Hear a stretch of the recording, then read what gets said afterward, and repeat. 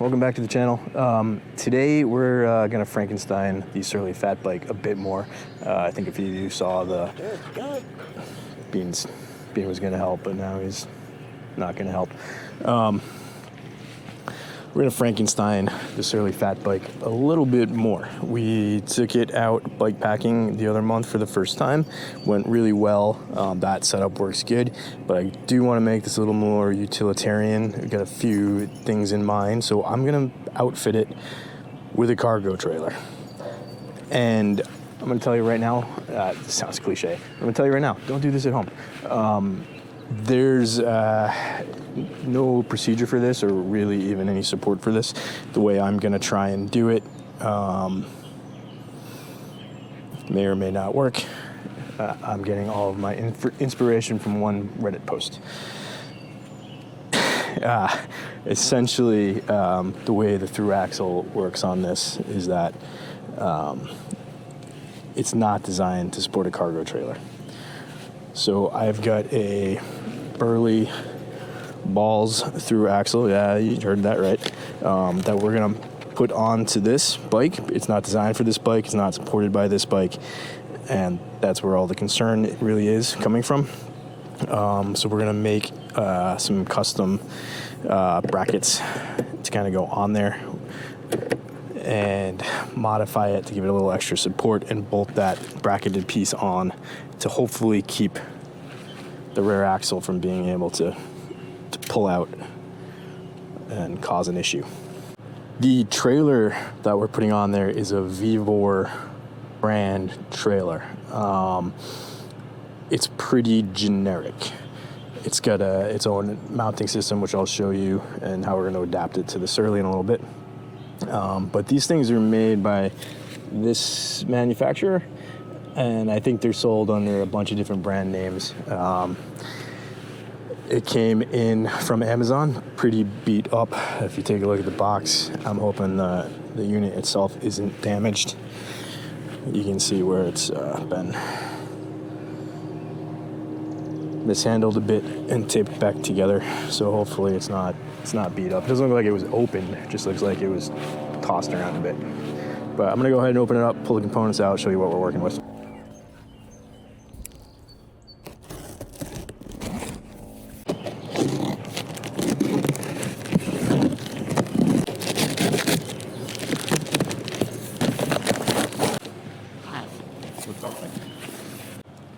So good news is it looks pretty intact inside. Here's where that gouge was. I went to the back a little bit. Guess we'll see if there's any damage on this thing. Everything came packaged in this giant plastic bag. So I'm gonna open it up and take things out, see what we have in here.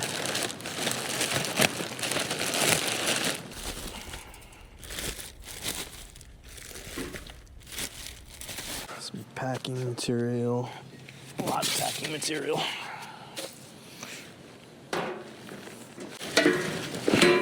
All right, everything came kind of tucked in and packed in foam, so it looks like it's pretty protected.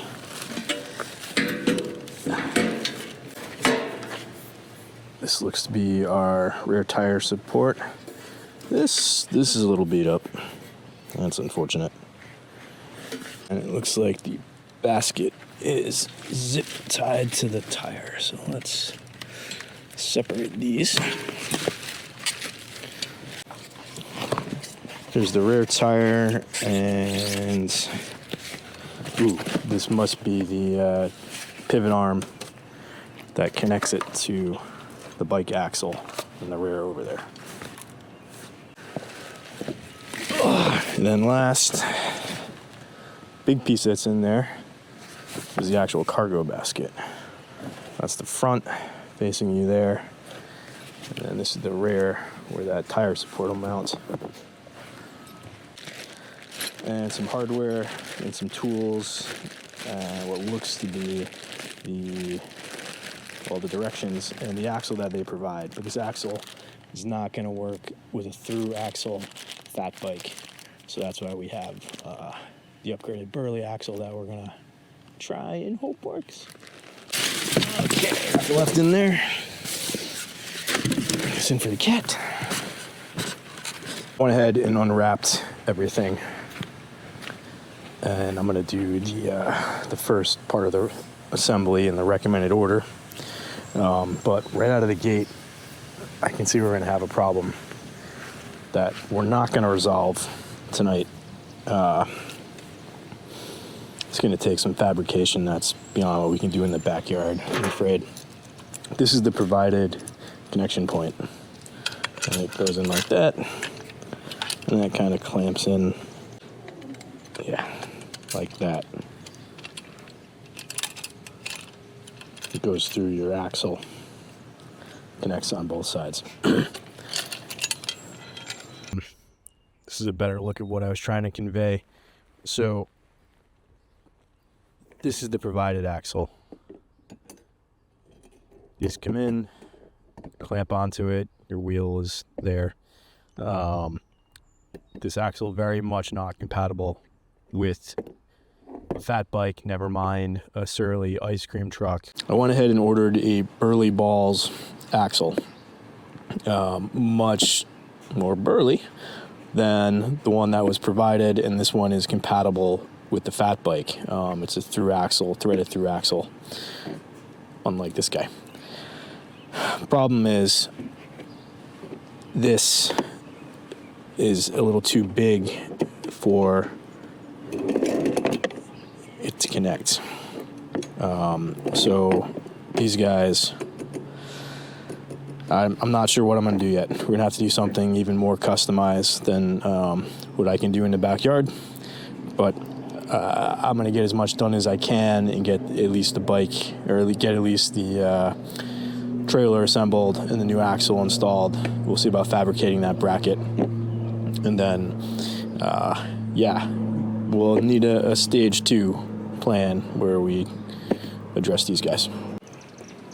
Step 1 is to attach the front fork, which Vevor is calling this the front fork, to the main frame. It's going to attach right in there. Simply unthread that and then toss it on the ground. Take out the fork pin, that threaded cap. That should fit right in here.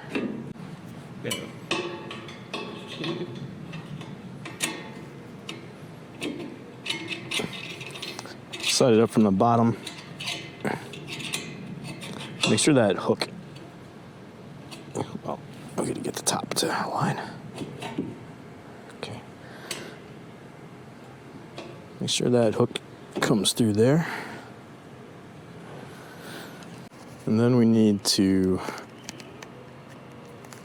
thread this nut back on top. I'm gonna put some Phil's, the old-fashioned Phil's waterproof grease on there, just because my gut's telling me to.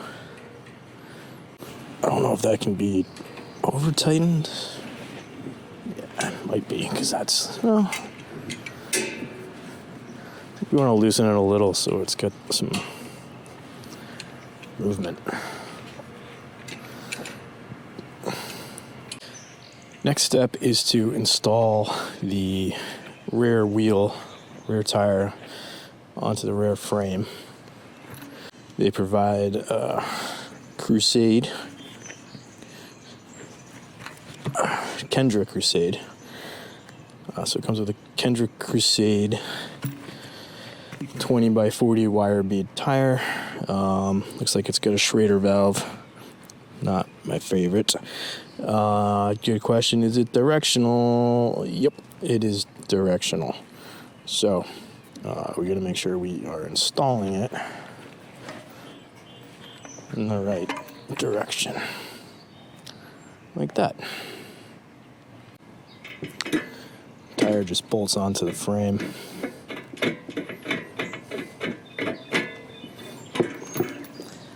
Make sure these, let's take this off all the way.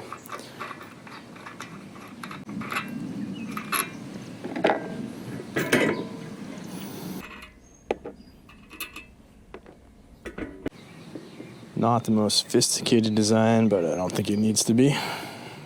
These washers have a little clip on the end. Those need to go there. Not the threaded one, the non-threaded one.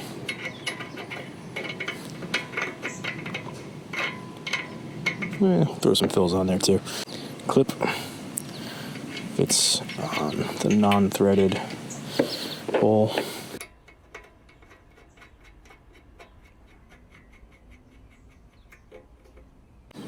There's no torque settings. It's just a 15 millimeter bolt. So I'm gonna give it a good hand tightening.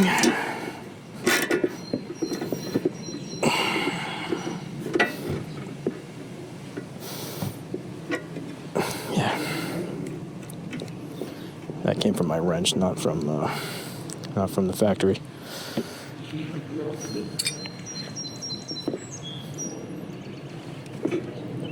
Okay. All right. Why am I taking this apart? It comes delivered this way, but in order to attach the rear fork to the main frame, we need these parts. Oh, snug. There we go.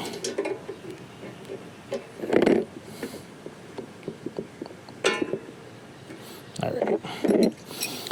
They do provide the Allen keys you need to do this, which is nice. If I had to go find one this size, I'd be down in the basement for a while looking for one. I know it's there, but I don't know where it is.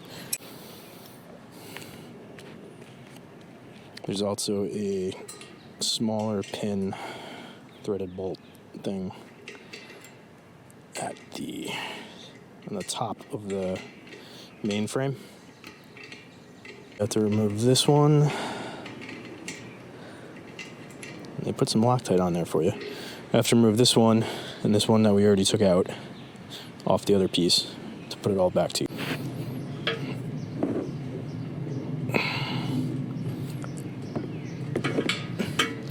Line the bottom one up. Wouldn't worry about the top one yet. So once we get one in, we're going to have a lot more flexibility to get the other one in. If you have an extra set of hands, this is where you could use them. Hey, thread these nuts back in. Thinking that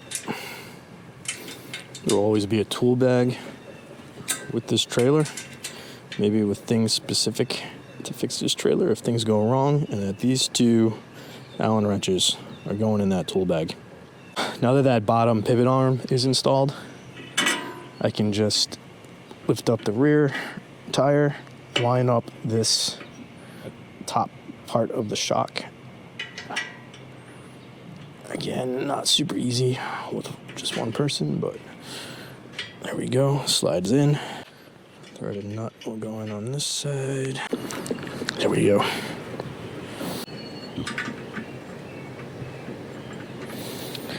Once that's in, just go ahead and tighten up the top.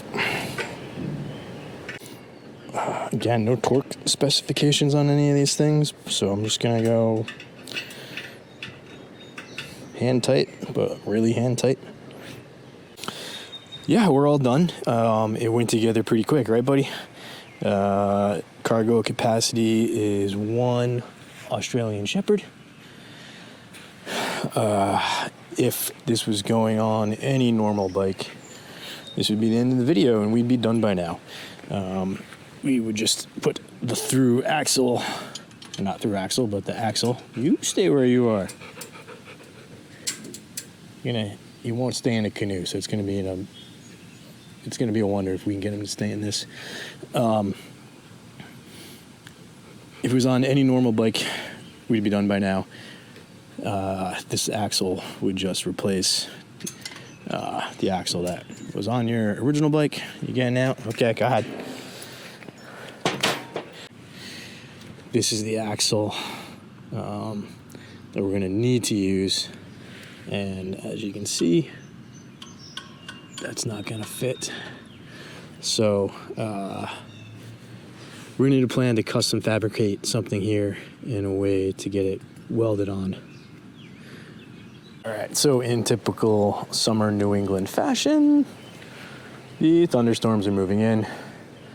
I got a lot of things out here, so I want to pack it all away. We'll be back another day once we figure out how we're going to fabricate that piece for the trailer and get it all connected. Come on, we'll get Mom. Let's go rescue Mom. Come on.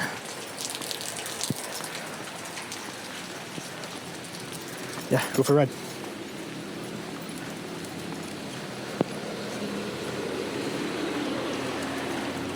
Hey. Good. Catch up. Good boy. Oh. Okay. That came in quick. It's a little rainy outside. The Beandog and I jumped in the Jeep because we're gonna go on a rescue mission. Amy rode over to her dad's. He's out of town for a couple of days, and she went to go get the mail. It's on the other side of town, and these thunderstorms just rolled in. So I'm gonna drive over there and hopefully intercept her and pick her up before she has to try and ride back in this